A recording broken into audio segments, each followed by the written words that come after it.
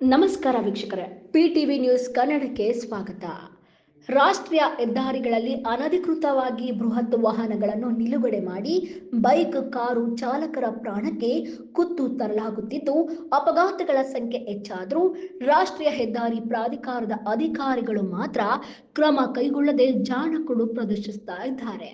S, Bengaluru ಗ್ರಾಮಾಂತರ ಜಿಲ್ಲೆಯ ಹೊಸಕೋಟೆ ಟೌನ್ನಿಂದ ಹಾದು ಹೋಗಿರುವ ರಾಷ್ಟ್ರೀಯ ಹೆದ್ದಾರಿ 75 ಕೋಲಾರ ರಸ್ತೆ, ಚಿಂತಾಮಣಿ ರಸ್ತೆಗಳ ಕೊಳತೂರು ಗೇಟ್ ಸಮೀಪ ದೊಡ್ಡಹುಲ್ಲೂರು ಗ್ರಾಮದ ಬಳಿ ಚೆನ್ನೈ ಎಕ್ಸ್‌ಪ್ರೆಸ್ ಹೈವೇ ಹಾದು ಹೋಗಿದ್ದು, ಅಂಡರ್ ಪಾಸ್ಗಳ ಕೆಳಗೆ ಬೃಹತ್ ಲಾರಿಗಳು ಅನಧಿಕೃತವಾಗಿ ನಿಲ್ತಾ ಇವೆ.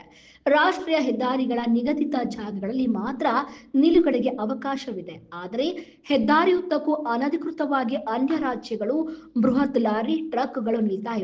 ವಾರಗಟ್ಟಲೆ ನಿಂತಲ್ಲಿಯೇ ನಿಲ್ಲುವುದರಿಂದ ಬೈಕ್, ಕಾರುಗಳಿಗೆ ಅಡ್ಡಿ ಉಂಟಾಗಿ ಅಪಘಾತಗಳಿಗೆ ಎಡೆ ಮಾಡಿಕೊಟ್ಟಿದೆ. ಹೊಸಕೋಟೆ ಭಾಗದಿಂದ ಕೋಲಾರ, ಮಾಲೂರು, ಚಿಂತಾಮಣಿ ಭಾಗಗಳಿಗೆ ತೆರಳುವ ಹೆದ್ದಾರಿಗಳಲ್ಲಿ ಒಂದಲ್ಲ ಒಂದು ಅಪಘಾತಗಳು ಸಂಭವಿಸಿ ಅಮಾಯಕರು ಪ್ರಾಣ ಕಳೆದುಕೊಳ್ತಾ ಇದ್ದಾರೆ.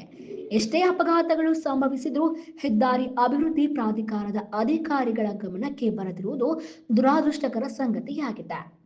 ಗ್ರಾಮಾಂತರ ಪ್ರದೇಶಗಳಿಂದ ನಗರ ಪ್ರದೇಶಗಳಿಗೆ ಸಂಪರ್ಕ ಕಲ್ಪಿಸುವ ಈ ರಸ್ತೆಯಲ್ಲಿ ಮಾರುಕಟ್ಟೆ, ಉದ್ಯೋಗ ಸೇರಿದಂತೆ ಹಲವು ಕಾರಣಗಳಿಗೆ ಬೆಳಗಿನ ಜಾವ ಸಂಚರಿಸುತ್ತಾರೆ.